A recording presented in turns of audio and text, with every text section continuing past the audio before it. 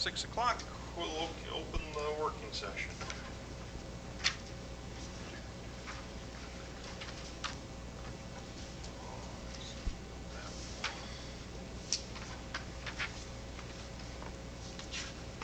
Any citizens out there? Nope. Finance Review Workshop.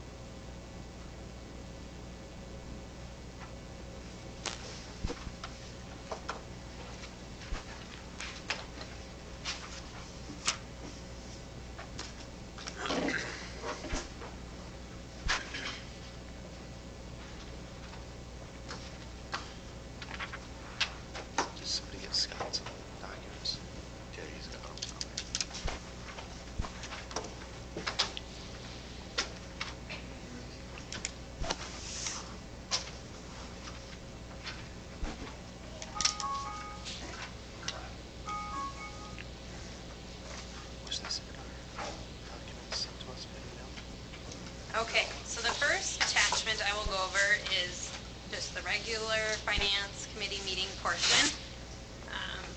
That looks like this. So just going over our financials through May 31st, 2025. Our state revenue is at 87% received. Federal revenue is at 71% received. Local revenues, 56% received. Food service, 89% received. Community service, 26% received. And debt redemption, 14% received. Our Title 401 grant, we have spent $77,555.43. Our last draw will happen in July after the June 30th and all the payoff payrolls are posted. Then we're able to draw the rest of our money and update all our expenditures in the MEG site. For our expenditures, our salaries and wages are 79% expended.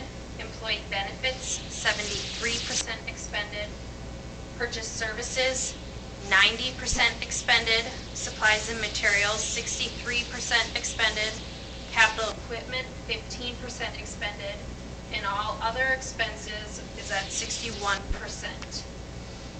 Our year total expenditures by site: food service, 87% expended. Community ed, 72% expended. And debt redemption, 100% expended. So looking over this information just came from this Excel file, and just comparing where we're at now to the last 2 years, we are sitting in very good shape. So under budget and even lower than the prior years. So we're looking very good. So the capital equipment, I assume we're not anticipating going up to 100% expenditure in the next 7 days or anything, or? No, so that's great. So our year total actually, if you look at our summary of all funds, when we compare our expenses and our revenues, the total revenue is at 71%, $6,053,725.37. Our expenditures are 80%, $7,113,170.53. Our spending variance is a deficit of $459,445.16. If you look below that, I just included our month-end changes just over the last 5 months.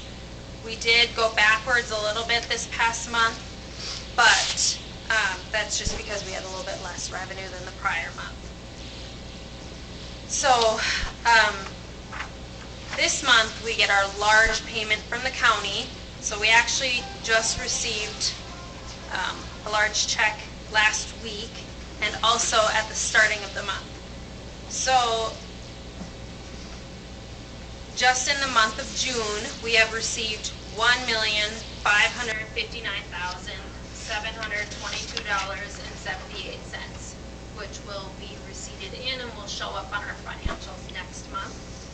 We will also receive $308,277.44 from the state.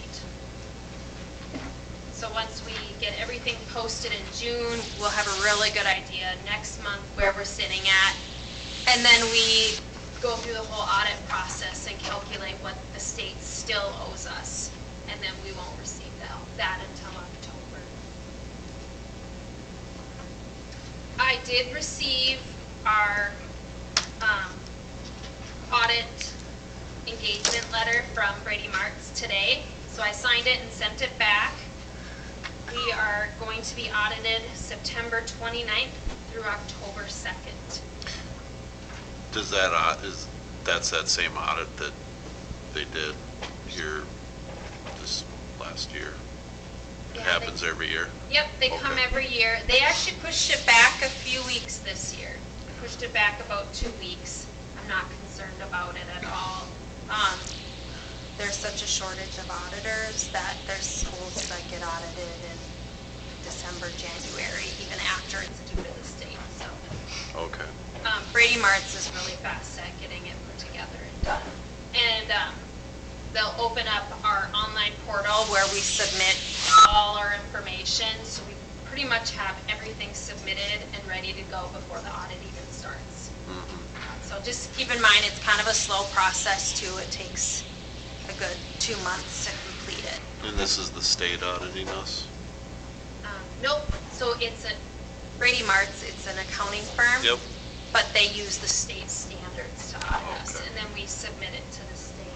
Gotcha. Do they do a presentation for us then with the Yeah. results? Yes, I believe they did it was it December or January?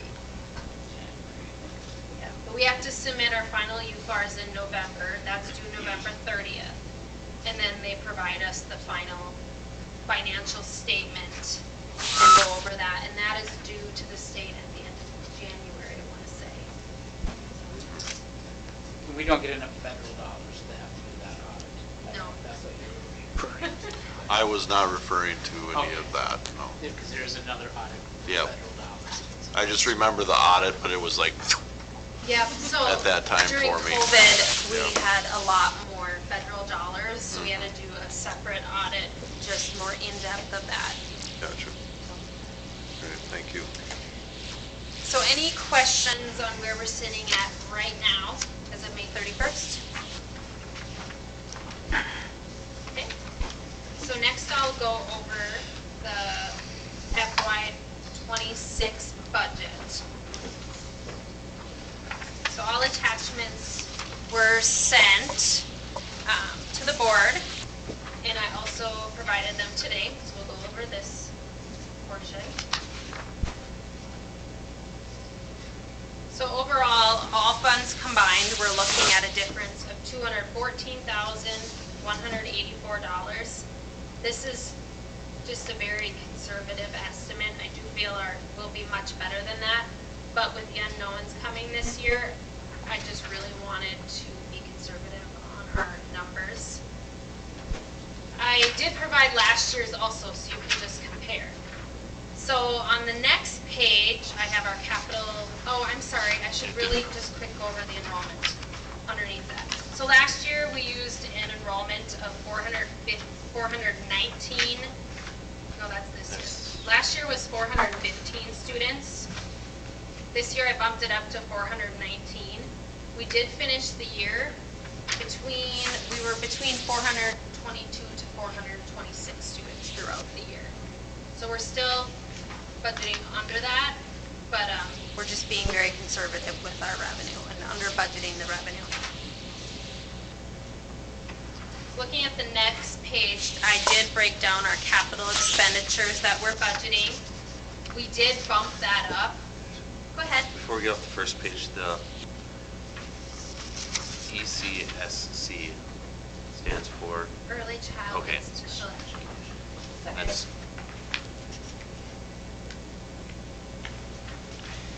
And that's budgeted for 12 VPK? And so, We, okay.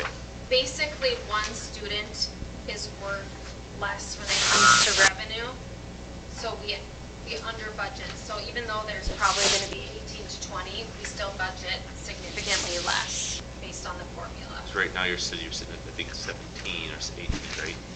Okay, okay.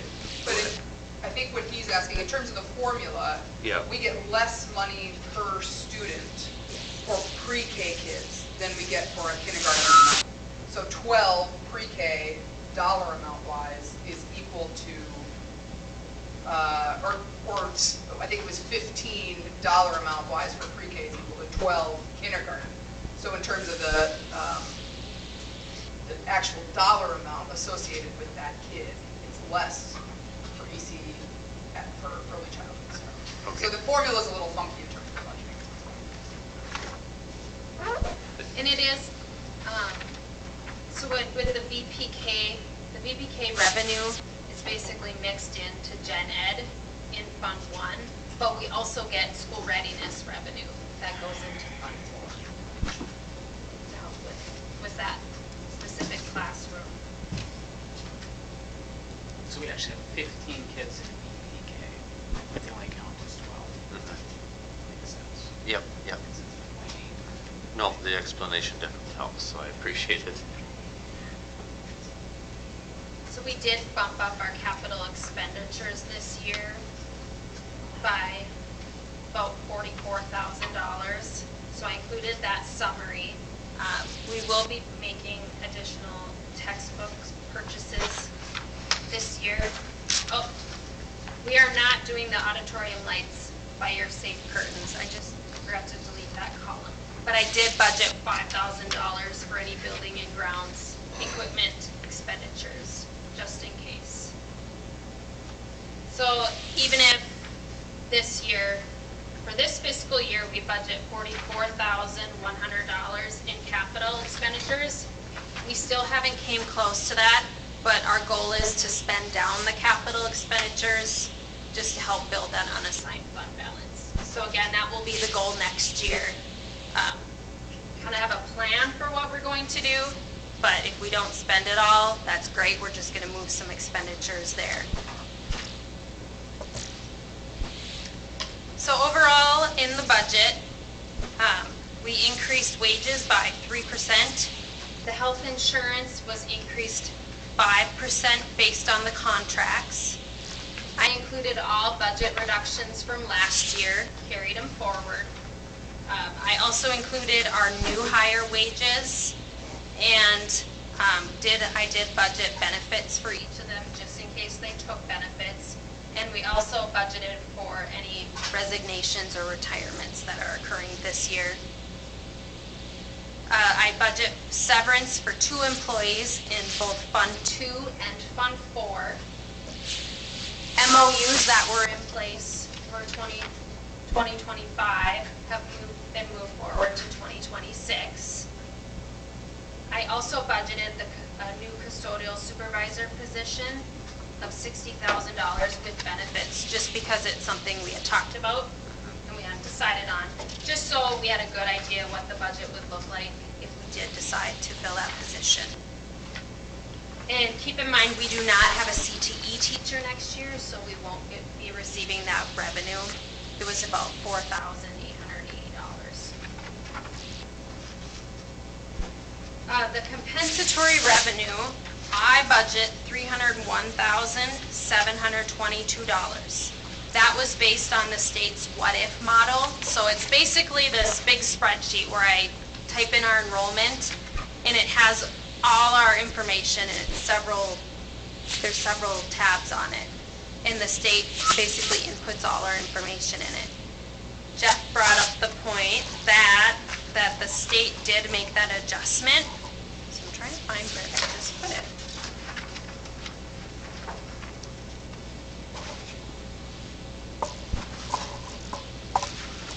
Here it is.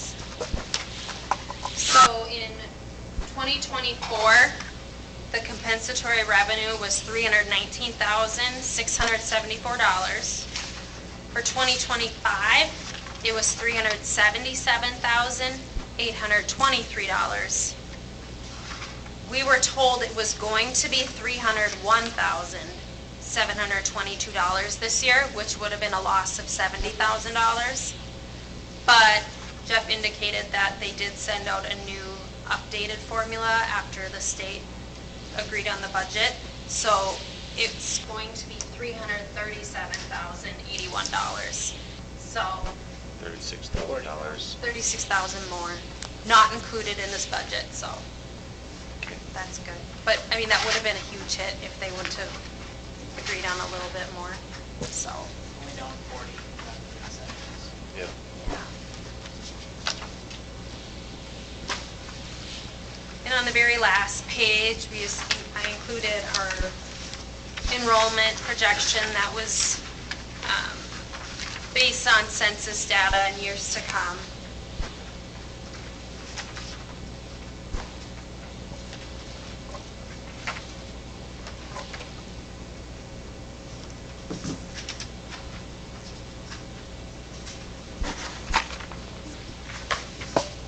So it's basically the same information we went over at our meeting last month, but laid out and adjusted so that I did reduce the expenditures some and tried to tighten it up a little bit more, and I reduced the revenues a little bit more. I just felt that it was overstated slightly. I think maybe the enrollment was a little bit different, but I did use our new projection model also that the state just released in, I want to say it was the end of April, starting of May. So it was a different revenue projection spreadsheet that was used, but over budgeting our expenditures a little bit. So just keep that in mind. We should finish a little bit better than this. I don't recall, but I remember in previous ones where we've had the historical student population start out, okay, it seemed like most years, you start out, say, 40 kids in kindergarten. By the time they hit 12th grade, typically lost 5 kids. Is that a trend that's average? I just want to make sure we're not actually still overstating. I'm glad you're being conservative, but I think we should be more conservative based on historical trends, or? For looking at the census, then I would say the census should be a little bit high if that tends to be the. And I don't remember what it is. I remember the spreadsheet, and it went back till, I don't know, the 90s or something like that. And you could just see the trend.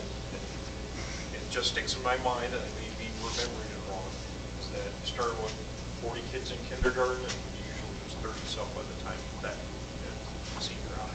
Or do our enrollments out, is there more enrollments out than in? Or, some years you have families moving too. Yeah, I think the overall general trend for rural Minnesota is declining. Oh, yeah, it's going to, Oh, yeah. yeah. Yeah, so you're probably right, but it's, it's different cohort groups go through different things. But the overall trend is correct that we do tend to decline slowly. What you're saying is if we can look at a curve, and we can just, maybe it's a 25-year curve, we can easily look out and project what the percentage is each year, we should probably consider. Yeah. So we're not looking at year to year, we're averaging over a longer period of time. And I'm definitely not faulting anything that you've done here. It's looking very conservative, but I do notice there's a trend on, you may be having a low estimate to begin with, whatever, it doesn't matter. But that number's carried all the way through to senior high. It's like, historically, we've always dropped. We always end up with less kids in 12th grade than started in kindergarten. Just So does the projection model allow you to input that to reduce a certain percentage as they go up?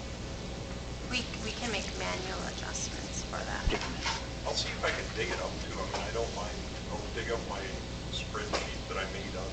Well, I mean, you guys had given us the spreadsheet, the data was there, and I kind of went through the data and everything. And that was the trend that I saw, was that it was increasing.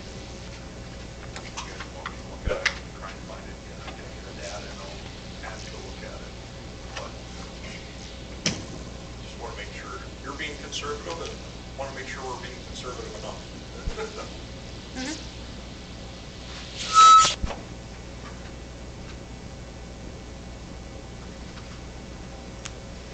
More questions on the budget? Okay, and then I'm also going over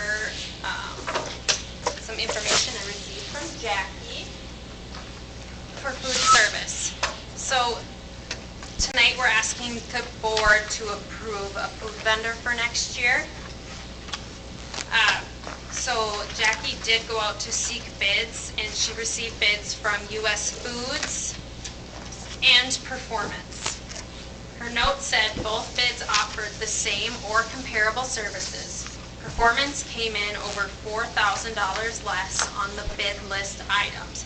So basically, we take everything we've ordered from the past year and send that information, and we have them rebid what we had already purchased.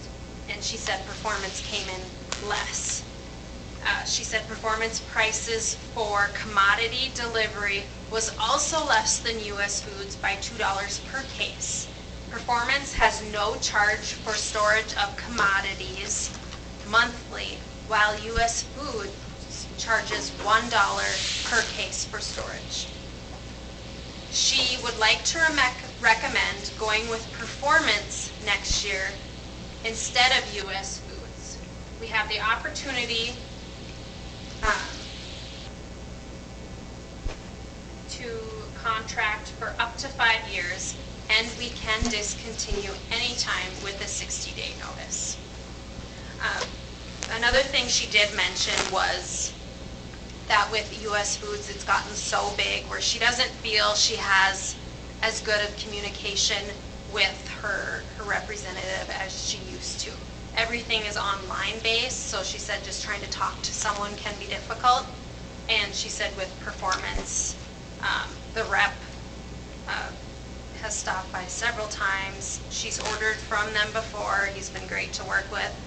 She said that the deliveries are about the same. Is it twice a week?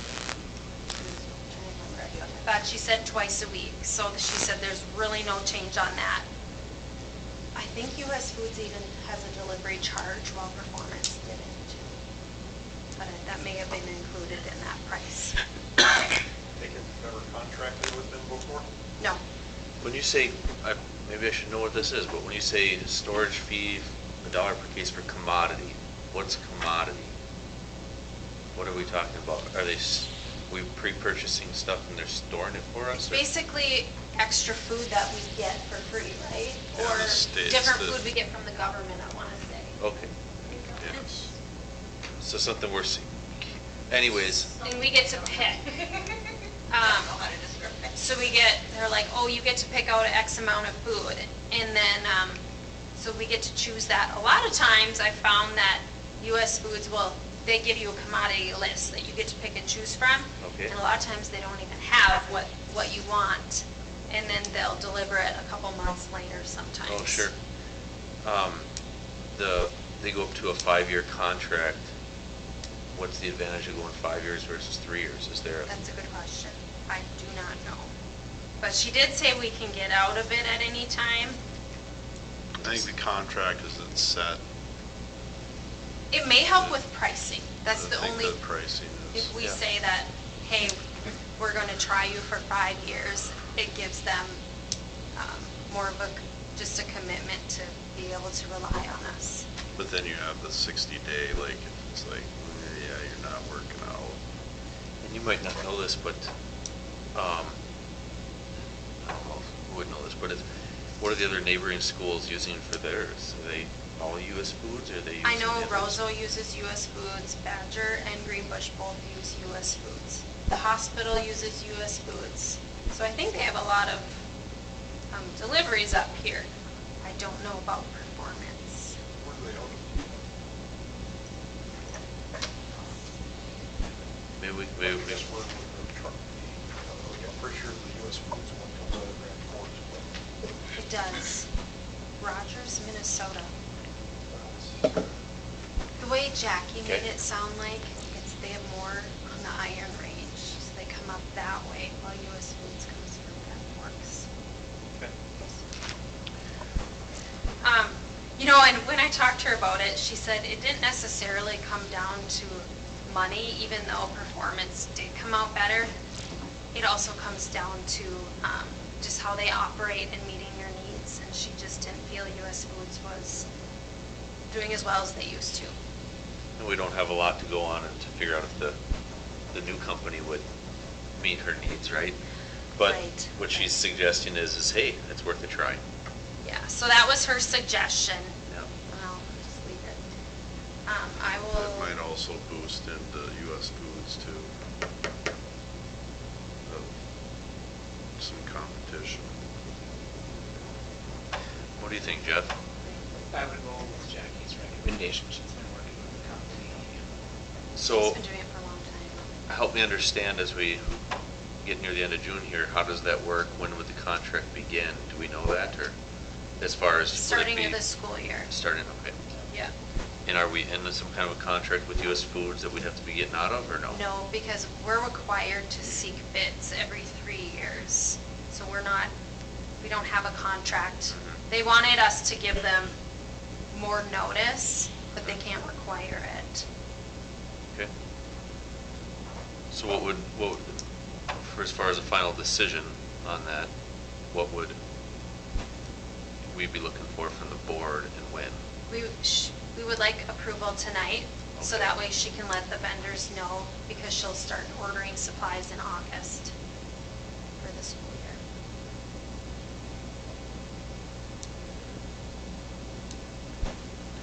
Do you know if she's made any contact to any other schools that's used this company before?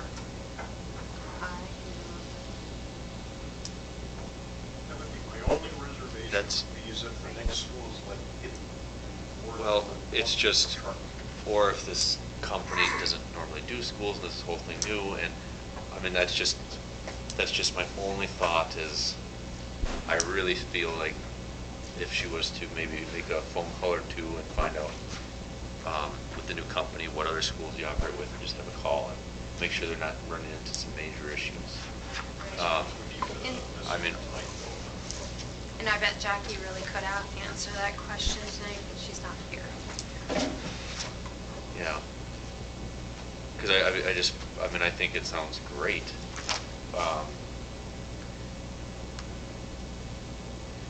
And does the board sign the contract then? How do we enter into that obviously, we don't have a contract in front of us to sign, but we could make a decision to go ahead and move forward with the contract process and bring it to us? Sooner, I assume, once we approve it and it's official, then they'll send us paperwork and I'll sign it, or Jeff will sign it, or Scott Well, and will it's- sign it, or somebody will sign it. So, I mean, I think we should move forward with that process, and getting that contract here.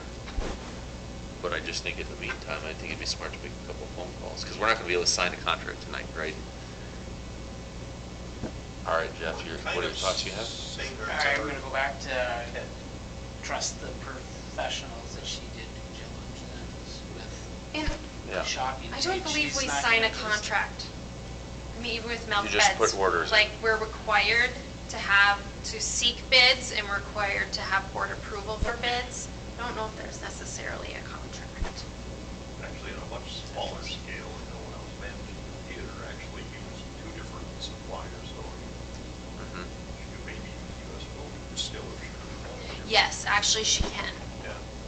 So this past year, she used US Foods was the main, and then whatever US Foods didn't have, she would go through Performance. So it would Okay. probably almost be like a flip-flop. Oh, All right, well, that So we makes me already a have lot more experience. comfortable as far as just having that backup of something, yeah. Yeah.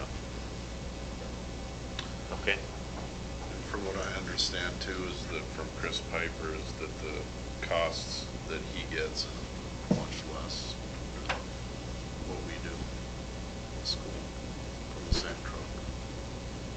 Chris, meaning this hospital? Well, probably has to do. Are they involved with USDA or? Yeah, I'm not sure,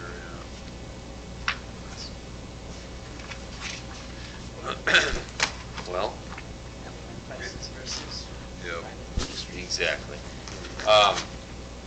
Okay. We just want to round, simple there. I would trust Jackie. Well, I appreciate that we have that option of using the other one to supplement it too, and that's, yeah. I'll leave this, if anyone wants to review. This is what they both sent. Thank you, Shannon. All right. School forest. Anybody here on the school forest? Yeah. Okay. Jeremiah are both on it. The parcels Was it our got last- passed. Yep, we got the certificates, for our two new, school forests, the 40 acres, and how big is the other one? I think about 40. Both 40? The south. The south 40 and the shed. DNR shed.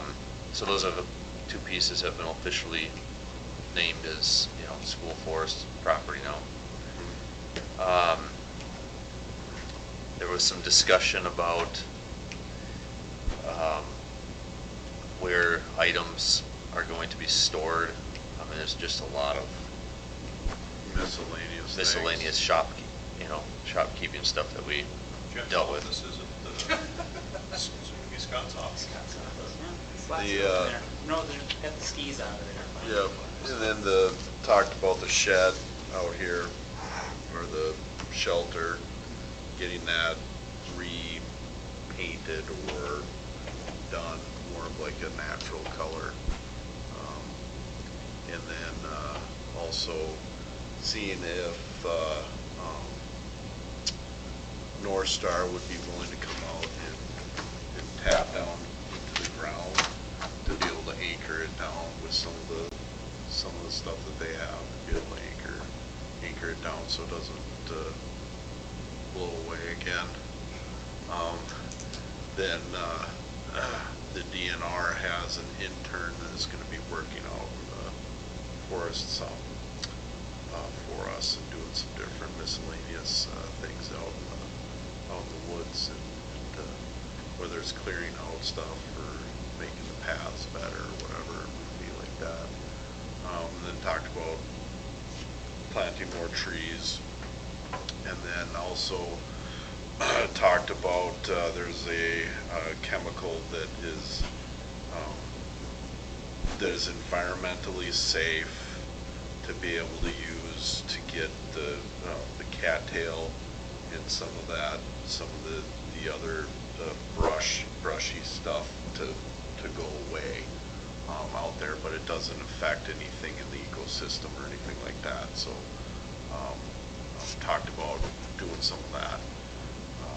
But then it was a lot more of the different day-to-day stuff that we would be doing out there over the summer and things like that.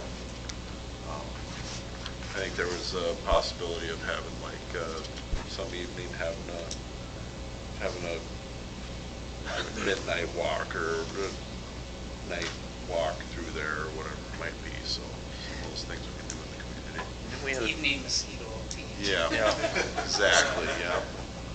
didn't we have a Feed them. discussion too about doing like a tour, like a board tour? Yep. But then there again, I think I recommended that we wait till the fall. Yeah. Um, After the first frost. yeah. But then going out to the different plots that we do have of the school forest, that we can all be out there and see them. And what they're doing with them. And then we also talked about how to get to the different school forests, who goes where and how we can get kids out there and get them involved in different things out in the woods. So that way all the parcels are being utilized. Yep. 'Cause that's, Most of them are fairly accessible except that one in the middle of nowhere. the one that's north. Yeah.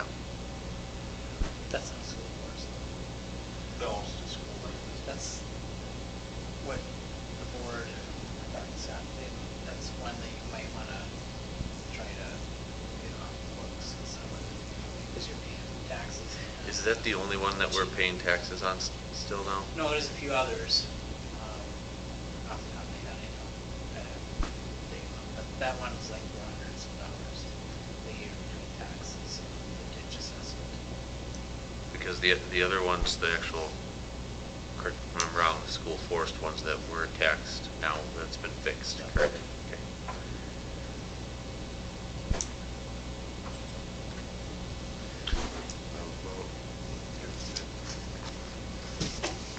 And we'll go into the superintendent's report.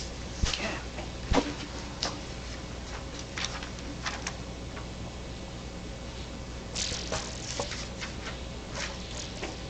So I just have a few, I don't have an enrollment, so I don't have any kids in the building, so that's the report there. A few staffing updates.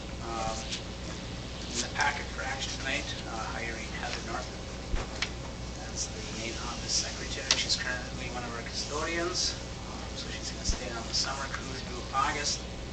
And I think her start date is on August 11th. And so we welcome her to that new role. We have some retirements. Lisa Beckstrand, pool coordinator. I know Sam has that on her agenda. But 27 years in the district here, so all those years of service. Thank her for that. And also Jack Pearson, 24 years working for the district. So wish them both well on their retirement. Also for action tonight, and there's right up in the board packet, seasonal mowing salary increase proposal. It's about $250 to $300 increase, and there hasn't been a salary increase in over 2 years here, so right that proposal. Referendum update. There's a resolution calling an election to authorize issuance of school building bonds and to approve a capital project levy authorization. So that's in there. We did include the sample ballot question, or the actual ballot question, which when I read through it, I was very happy with it. It's very specific. It's got the projects on there. A lot more readability than the last time we went through that, so that was a good improvement. If you haven't read through that, please do. Review and comment was submitted on June 13th. We should hear back from MDE sometime in late August, usually. Notice of filing dates for election to the school board, and this is for District 6, August 12th deadline. So you'll need to make sure that's on the July board meeting, that filed. That would be just done that in the past. So, and then Pete Martin at Kennedy and Graven is working on the comprehensive election packet. And that'll have more details of the timelines and various resolutions, documents, and stuff that we need to continue as we move towards the election time. Any questions on any of that? So as we're transitioning, I'll make sure Pete gets Scott's and Jill's emails so that that information is flowing to them, as well as the people at Grouse Anderson and others that are working with the district. So the last thing I have is just want to thank the school board and the students and staff for leaving the school. It's been a wonderful time, and I always miss it here. Looking forward to the new adventure, and I want to wish Scott, the school board, and the district good luck and best wishes. And I'm still invested in the district, so I'm still living in the community, so I'm here to help. So thank you. Thank you, Jeff. So since we know the years of 24 and 27, you're at Next year would have been 30. I made it 30? to 29. 29. Yes. So congratulations, that's a Thank you. thank you. Mary's not here, right? Anyone step in for Mary, or? I can read off her thing. Don't ask me any questions. Sure. Ask you no questions, you'll tell us no lies. She's listed credit recovery, 31 students, grades 6 through 11. I'm assuming that's through the summer camp, through targeted services. Because there is a section there that they do the credit recovery. Also for summer camp, they had 85 to 100 students in grades K through 7. Activities included baking, art, social skills, and team building, math and reading, games, STEAM science activities, and using the school forest and pond. And swimming the last week, an outdoor day planned for this week. I'm not sure what that means, but they're done. That would have been last week, I'm guessing, that's what Chip was thinking, so. So it's close to about 50% of our elementary kids. Yep, are it's participating. always had really good luck since, I mean, we've been doing it since, I want to say 2012, 14, somewhere in there. It's been at least 10 years that we've been doing it. We're at 90 to 100 kids on a regular basis. Good program, lots of fun. Speaking of, sometimes we've actually had the kids go out into the pond and pull up some of the cattails and stuff. So they enjoy doing it, but they don't enjoy it when they come back into the building because the custodians don't. So.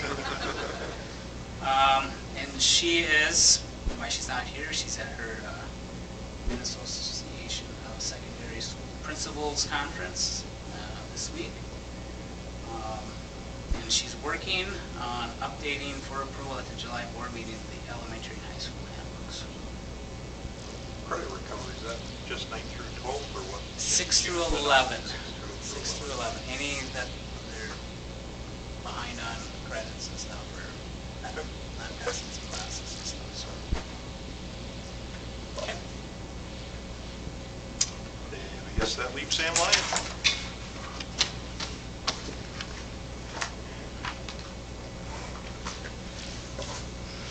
Okay, let's see if we can get this back on.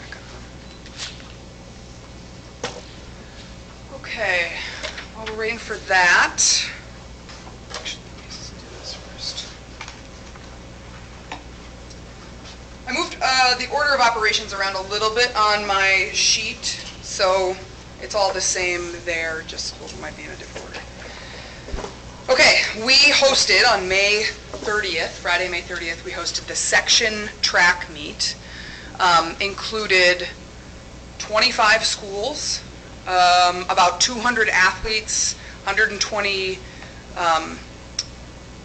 volunteers, which was a major undertaking in terms of making sure everybody knew what they were doing, as well as then I think upwards of 600 to 650 fans of associated athletes. So a huge undertaking. A note about track, I am not a track person by trade, so I was learning a lot. Track is like taking a hockey game with all of its specific rules and volunteers and then adding 4 or 5 others, things happening around it, right? So you got your running events, field, jumping, throwing, all of pole vaulting, all of those things. So it went really smoothly. We were very excited. We had food trucks from local establishments, New Moon, Northern Bites Catering, Sarah Luchek Foods all showed up. It was a great way to highlight them as a community establishment, as well as kind of take the pressure off of us in terms of concessions. You know, volunteerism, I put a letter to the editor in the paper about it. Really cannot say enough thank you to people who showed up out of the woodwork, both school employees and non-school employees, track kids. The baseball team showed up to be the hurdle crew, so we're in the infield, the football field all day, moving those hurdles and setting them to the right heights and the right weights, and really just very appreciative of the community to show up and make that happen, because it would not have happened had we not had the volunteers there to do it. So, excited about that. The highlight of the day is that Miss Kaylee Piper was the Section 8A champion in the 100-meter hurdles, so quite excited for her. She went on to the state race 2 weeks ago, or last week. Time is weird in the summer. 2 weeks ago? We had a great, you probably heard 2 weeks ago. You heard the sirens going through town. She had a great send-off. The rest of her relay team went with her down there to cheer her on, so she had quite a crew, which was fun. Yeah, so that's an incredible experience for her, and obviously we are incredibly proud of her showing up. Fun to have a kid win a race at your home. I'm getting goosebumps about it, right? At your home meet when you're putting on an event like that, so really proud of her. And she's a 10th grader, right? So there's some years, we also have, like, there was some other showings of other students, Ava Hack in particular, who have years ahead of them in terms of excitement on that front. So we've got a bright future in track ahead of us. That was Kurt Storbeck's last. Yes, last hurrah. So we just had our hurrah. track, Kurt Storbeck just retired formally. And so a proud moment, I think, for him in terms of being able to show off the community in that way. A little on the finances about that. So the way that an event like that works is that we spend all the money and take in all the money, and then all of that gets tracked and sent to the region. So anything we take in tickets goes back to Region 8A, Section 8A, the administrative region that runs our sports for the State High School League. Any expenses we incur, I track, and then we get reimbursed by Region 8A. So it's technically a wash, quote unquote, for us. Now, having said that, we put a lot of work for the last, 18 months into making sure that that facility is ready. I mean, it's a high level activity. You got to make sure your shot put, thanks to the maintenance staff for making all of that happen, your shot put lines are right and your jump pits are long enough and all of this stuff. We did charge about $2,000 in facility use fees to the region. So we are, and that is covering anything from mowing to toilet paper to, time that our maintenance staff has put in to make that event run well. So the school did make, quote unquote, about $2,000 in facility use fees. And then we had a t-shirt vendor, Northwest Designs. They give us 20% of their sales. And so that was a little over $2,000 also. So it is not by any means, that's why these postseason things are kind of hard as for schools, is because they're not a money maker for us, but did want to make sure that we are not losing money and being reimbursed appropriately. So if you see your track supplies expenses are way over budget, that's why we're running that through the school, but that is getting reimbursed. Any questions on that? Okay. Summer activities, community ed stuff. We got T-ball, rookie ball. We have a 10U and a 12U kind of combo softball team. We are running 10U, 12U, and 16U baseball. TJ Frericks is doing a great job at organizing a lot of he does the older travel ball team organization. I run the younger kids. I'm grateful for his time and energy this time of year. We got swim lessons going on as well as open swim. And then this is in August, but this is also a community ed thing. We'll do the Missoula Children's Theater Summer Theater Camp. And I'll remind you that that is getting paid for this year by a $5,500 Region 2 Arts Council grant. So excited that we are not spending any money on that. Pre-K update, we talked a little bit about, at this point we have 18 students confirmed, 17 of which are VPK eligible, 1 is not, based on age. That could change, right? Things happen in terms of families decide to move, or families, it's a little, because it's an optional program, we inevitably have a little bit of movement. I hope it'll be that, but with Nicole Gates starting, you might have families choose different options. I did gently press people that I wanted a commitment by June 15th. For me, that is, if we have a wait list, then I can, push people in if that's the case. So I am also getting our room approved through the state as a child care facility so that we can receive child care assistance program funds from the state. That will come into play for 2 things. One, the $100 flat fee per month that families are paying. All of those 17 VPK kids will pay $100 a month of flat fee. And then the one who is paying the $160 a week could be, I don't know, but could be eligible for that CCAP funding if they apply through the county. And that is a check cut to us from the county, a check cut to us directly. Any questions on that? We're a little bit stagnant. We did have our pre-K roundup. Nicole did a great job at introducing families to the room and to the process. Mary took the little ones and did parachute games in the gym. So trying to make it a good, getting them excited for the start of it. What's the max number we can have in the VPK program again? 20. It is 20. Okay. We currently have 15 slated spots for VPK. We are hopeful, because we filled all of them last year, that we'll get an additional 5. And we're at 17 kind of confirmed, so when do you go ahead and, do we have to ask for those additional ones? Yep, in October. You have to wait, okay. Yep. It's a redistribution program. So they Yep. say, okay, you got 15 initially, which we've been confirmed on already. And then in October, once all of the enrollment is kind of solidified, they go back out to people and say, okay, if you need more, put an application in. And my point is, because we filled a full 20 last year, I am hopeful we will get that again. It's kind of a historically based thing. Maybe you don't know this, but do we have any updates on Bright New Beginnings as far as their enrollment or anything, how things are going there? No, I haven't. Nicole and I have been in contact about logistical things. We were going to try and coordinate a little bit on lists, just in terms of who's committed here, who's committed there.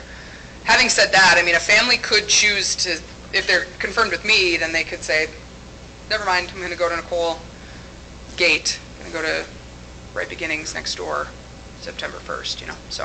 And something like that could even happen even during the year, during the school year, right? Yep. As long as there's availability on the Yeah, on either side. Yep. Okay. Okay, good. Pool update.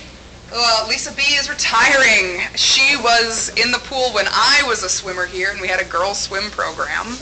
Her daughter Katie and I graduated from high school together, so I am excited for her and also a little sad to see her go. So if you see her around, you take your kids to the pool, tell her thank you. She's been a great asset to the district for many, many years. Alongside that, we are not voting on this pool wage proposal. This is an extra document I put in front of everyone. We are not voting on this tonight. This is a proposal that I just am putting forward as I think I'd like to do this. I would like to check in with Scott before, just in terms of big picture pool stuff, namely Lisa's position as well. I think we've got some decisions to make about how we fill her position. That is, for me, one of the kind of top priorities as you start, just because she'll be done in September. That person is going to need to get lifeguard certified, WSI certified, and it will impact things like gym swim time and special ed swim time, which have become major staples of both of those programs. So, like I said, this, I think, is a good deal. We need to be thinking about how we're retaining our lifeguards, both students and adults. The thing I like about this is that it's an increase every year. You complete being a lifeguard or a water safety instructor, but it does require you to commit a certain number of hours worked over that time. So you can't necessarily just be a certified lifeguard on our roster and then not work and get the increase. So I've identified some hourly benchmarks that I'd like to get. I also, and I will hopefully have this for you for vote in July, would like to do some retroactive pay for this. Lisa Beckstrand has taken up the morning swim charge in her quiet, heroic way, in that we do not have enough adult lifeguards to make that morning adult swim, Monday, Wednesday, Friday, 5 to 8, feasible. So she's done it outside of her contracted hours. So she's a little bit of an incentive on that, but I do think that this in general is a way to think about incentivizing longevity for our lifeguards. So I would say, as opposed to just because we have this is, I think, going to be more pressing or interesting, I would say take a look at that. Let me know what you think. Scott and I will talk more about this in relationship with the pool in general, but that's on my docket. Okay. Would somebody mind getting one of the front lights just so that we can see this? Okay, so I have to submit to the State High School League every year. I have to submit a participation activity. They ask me to track total involvement, both per sport and then unduplicated, how many kids are actually involved. So I figured this would be good information for you to see. I am also meeting regularly with our athletics community ed committee this summer. This was a request from them to see some overviews on participation, we are talking about some Minnesota State High School League changes that are coming up. And I want them involved and in the thick of it. It has to do with insurance and 6th grade participation and 9th grade involvement, all of that. And so then they're kind of on the journey with me this summer, and we'll have something for you at the end of the summer to kind of more formally present. It might be a special working session. Scott and I can talk more about that as we get there. So I put my activities in 2 categories. Co-curricular is connected to a class, choir, band, visual arts, and then there's extracurricular, which is outside the school day, knowledge bowl, 1-act play, sports. You will see these 2 words in the data that is coming up. This is a distinction that helped me kind of start piecing through data to present to you.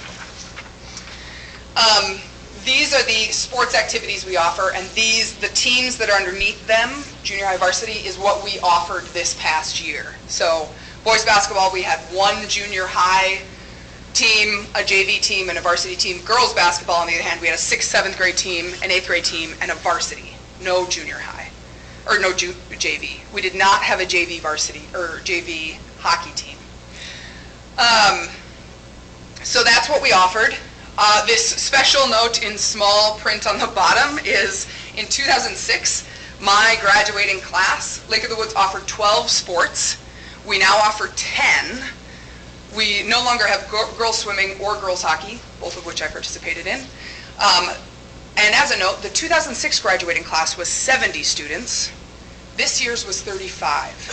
So we are at half the number of students with nearly the same number of sports being offered. And what you've seen as a loss in teams is not necessarily a loss in sports, but it is a loss in middle teams. We have less C teams, we have less JV teams, less junior high teams.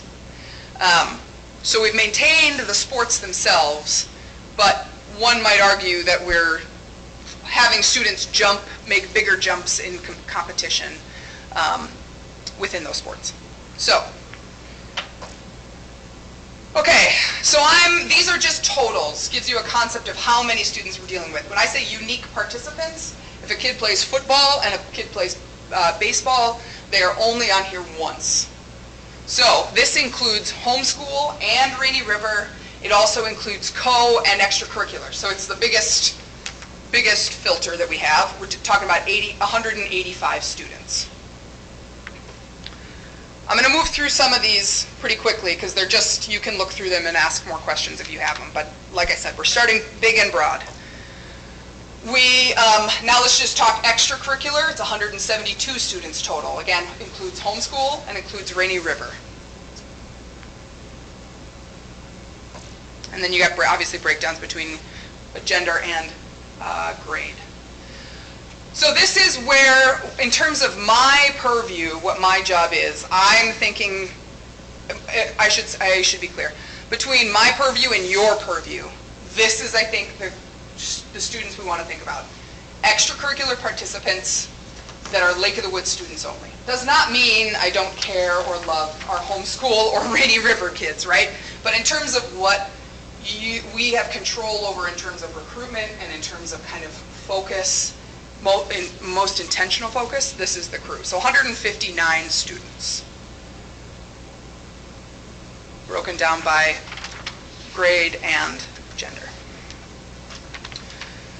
So, yeah, go for it. Maybe I missed it, but is this just this past year? Or yes, yep, okay, this is just 2024, okay. 2025. Yep. So these, I think, are going to be the most, sink your teeth into numbers. So we're on the table, percentage of participation.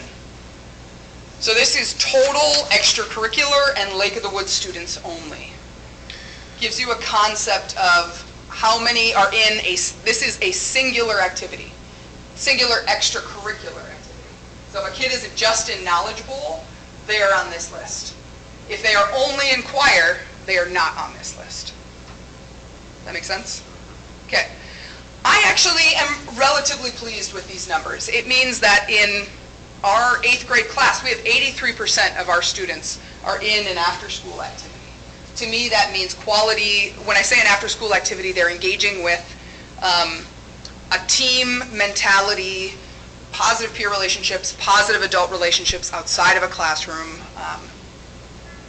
I think that's great. We get definitely lower in our 11th and 12th grade grades. I think that's generally normal because kids start to filter out in terms of, or focus, I should say, in terms of their sports, in terms of their interests.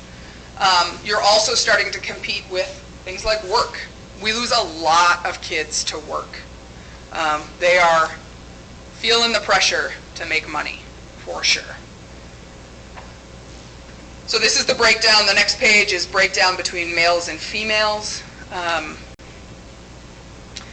look at 10th grade females. You got 91% of those girls are participating, which is great. That's one girl who is not in an after-school activity. Boys side, 6th grade, we got 92% of those kids are participating in something. This is where I think we start to see, this next is the stats on multiple activity participation. So this is where I think we start to see some real opportunity. You could say also, that's Sam being the positive poly.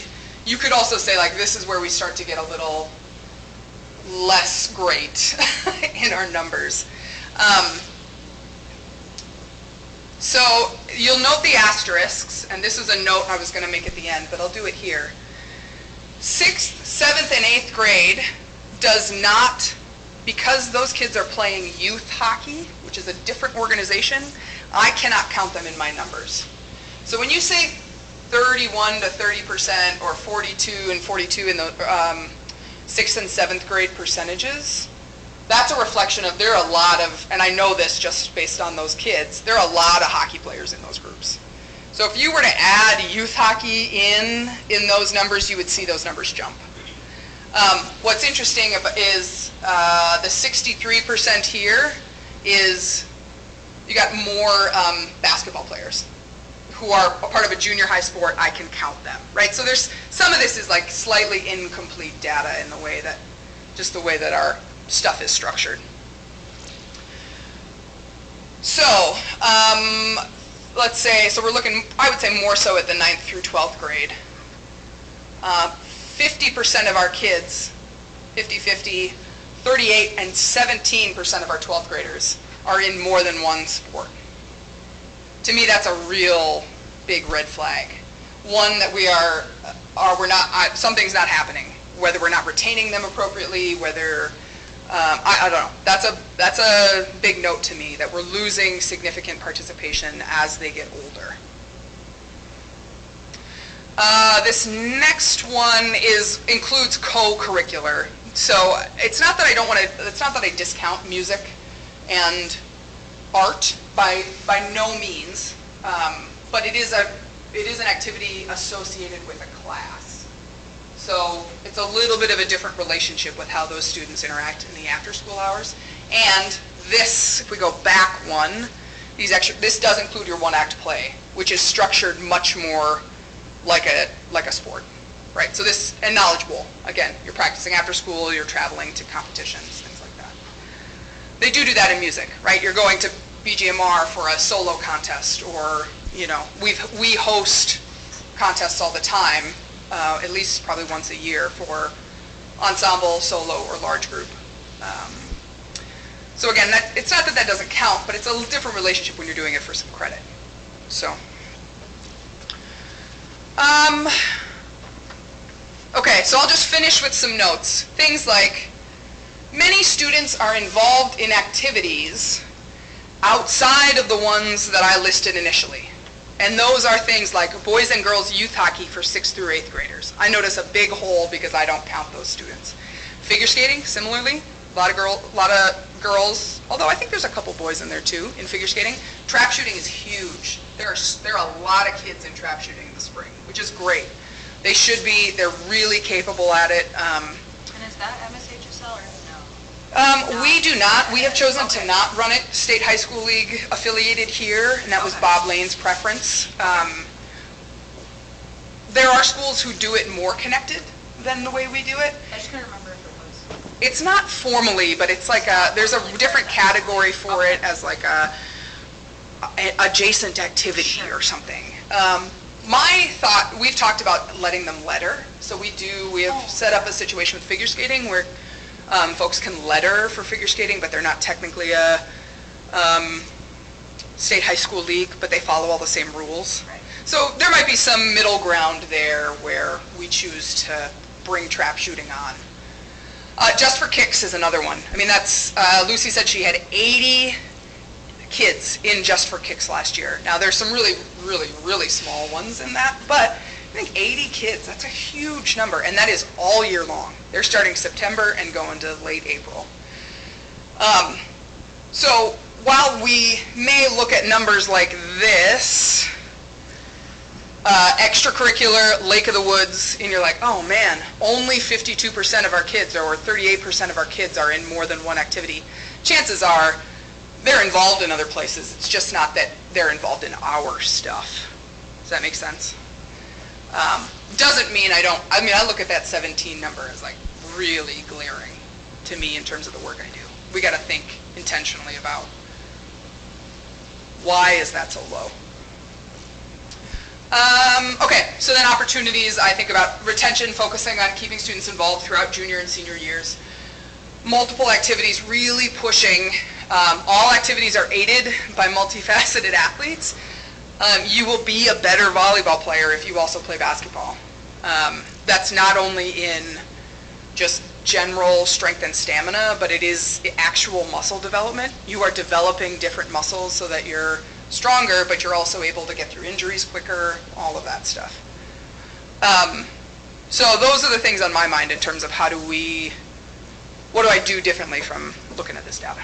So.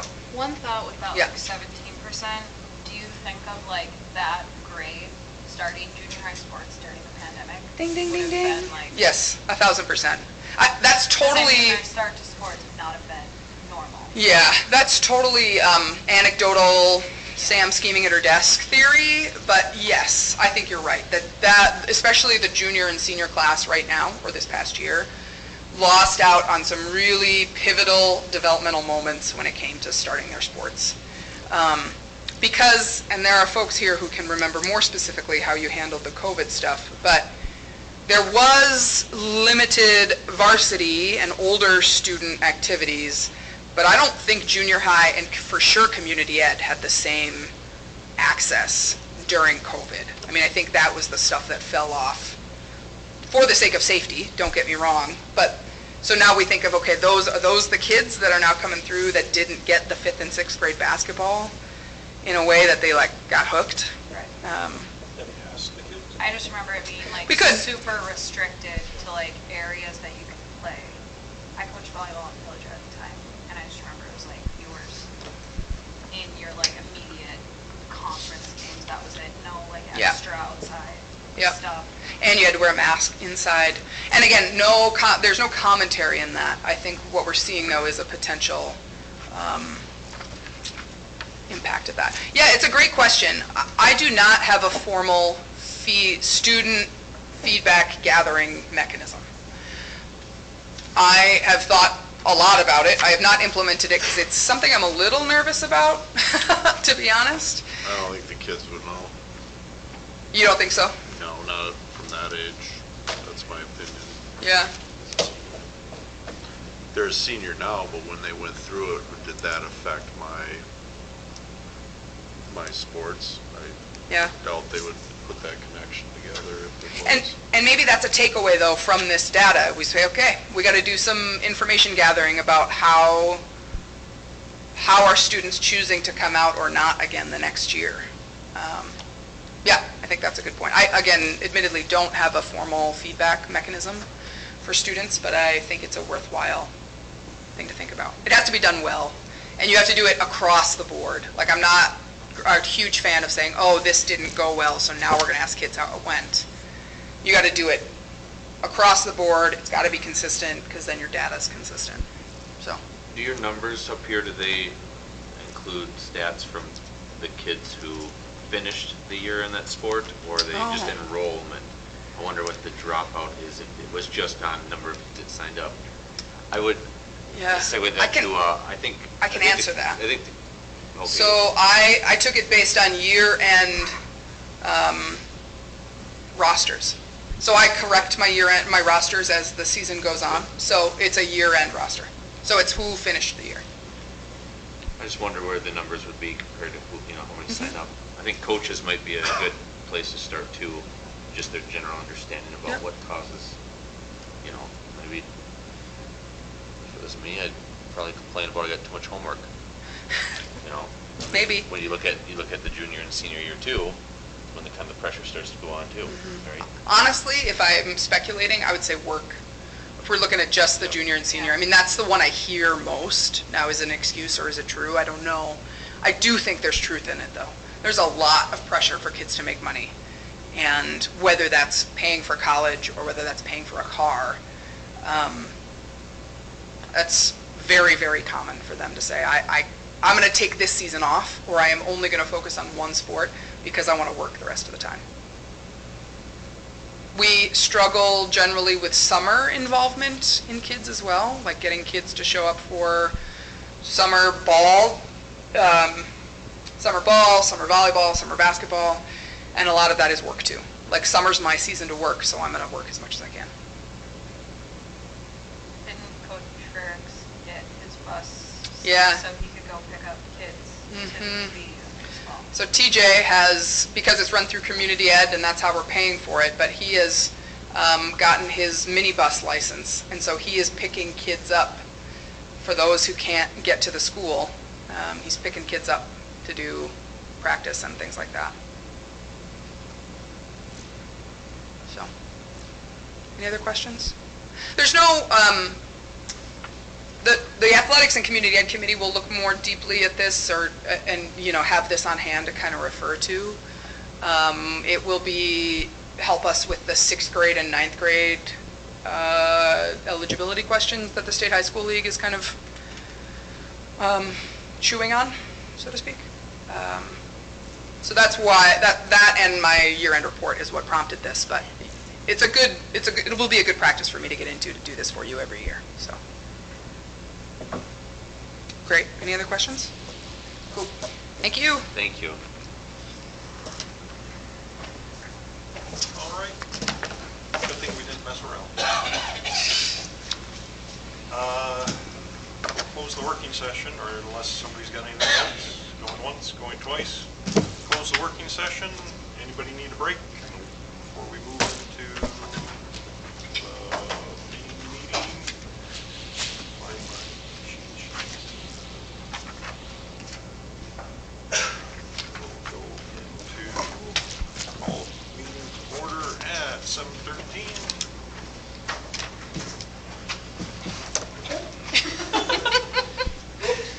Pledge allegiance To the flag of the United States of America, and to the republic for which it stands, one nation, under God, indivisible, with liberty and justice for all.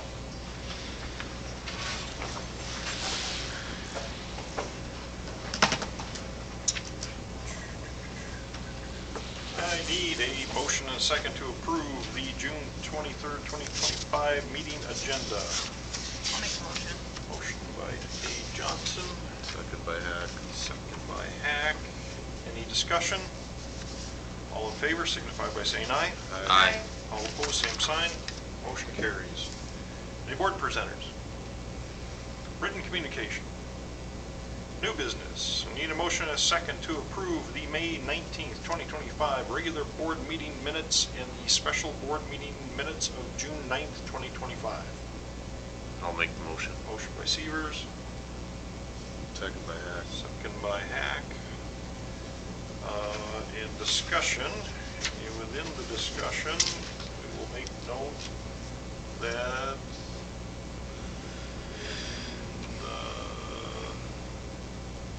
which meeting was it? Must have been the 9th, right? The special board meeting? Okay. We'll make note that item 7H, approve resolution 2024/2025-36, accepting a donation of $1,500 in memory of Dan O'Connell for the community education softball. And and that was passed and approved.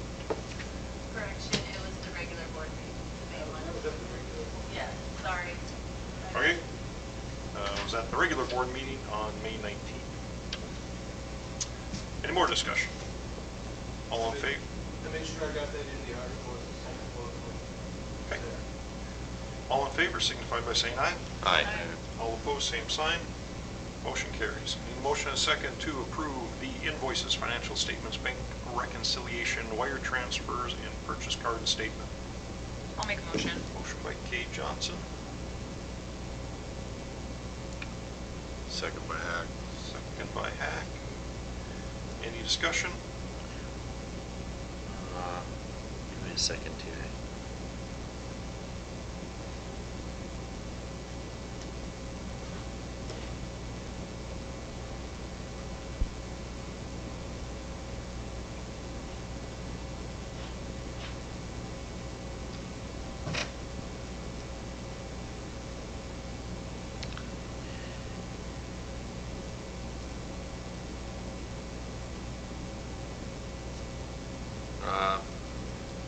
No, Okay. no. I'm just looking at some of my screenshots here, but All in favor signify by saying aye. aye. All opposed, same sign. Motion carries. Approval of personnel appointments. I need a motion and a second to approve the following resignations and appointments as presented. Appointments: Heather Northrup, main office secretary. Retirement: Jackie Pearson, head cook, and Lisa Beckstrand, pool coordinator. Motion by Hack. Motion by Hack, I'll second. second by Severs. Any discussion? Question. No. Can you go over the years of service again for Jackie Pearson? I might have got it wrong. I want to say it was 24, 27. Thank you very much. Nope, just thank you Yep. for Thank the you, years of Jackie service. and Lisa. Large, tough shoes to fill. Yeah. Any more discussion? All in favor signify by saying aye. Aye. All opposed, same sign. Motion carries. I need a motion and a second to approve resolution 2024/2025-37, appointing Scott Fitzsimmons superintendent as identified official with authority, Iowa, and Tracy Cook, district assessment and Mars coordinator, to act as the proxy, Iowa, to add and remove names only for Lake of the Woods Independent School District 390, effective July 1st, 2025. I'll make the motion. Motion by Severs, I'll second that. second by Kate Johnson. Any discussion? All in favor signify by saying aye. Aye. All opposed, same sign. Motion carries. Need a motion and a second to approve the 2025-2026 school year budget. Motion by Hack. Motion by Hack, I'll make a second. second by Kate Johnson. Any discussion? All in favor signify by saying aye. Aye. All opposed, same sign. Motion carries. Need a motion and a second to, for approval of the MSHSL resolution for membership for the 2025/2026 school year. I'll make a motion. Motion by Kay Johnson, I'll second it. second by Severs. Any discussion? All in favor signify by saying aye. Aye. All opposed, same sign. Motion carries. Need a motion and a second to approve resolution 2024/2025-38, calling an election to authorize the issuance of school building bonds and to approve a capital project levy authorization. I'll make the motion. Second by Hack. Second by Hack. Any discussion? All in favor signify by saying aye. Aye. All approves, all opposed, same sign.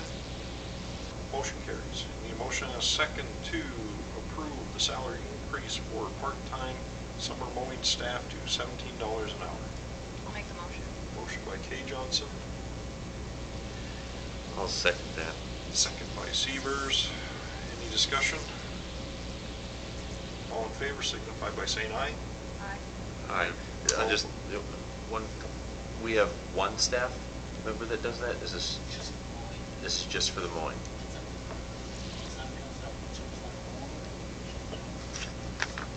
Okay. We'll redo that. All in favor signify by saying aye. Aye. All opposed, same sign. Motion carries. Need a motion and a second to award the food bid for the 2025-2026 school year to Performance Food Services. Motion by Hack. Motion by Hack, I'll second this. second by Severs. Any discussion? All in favor signify by saying aye. Aye. All opposed, same sign. Motion carries. Any other business? Item G, who made the motion and second? Boyd Johnson, I made Hack. the motion, Hack seconded. Thank you. Other business, Jeff, thank you for all these years of service to your school, Yep. and good luck at future endeavors, and welcome aboard, Scott. And you guys have been, met a few times and kind of gone over stuff, right? And, Like I said, I'm close by.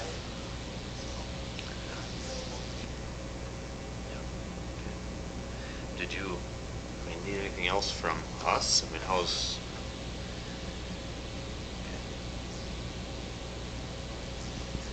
Okay. Then on that note, at 7:22, we'll adjourn the meeting.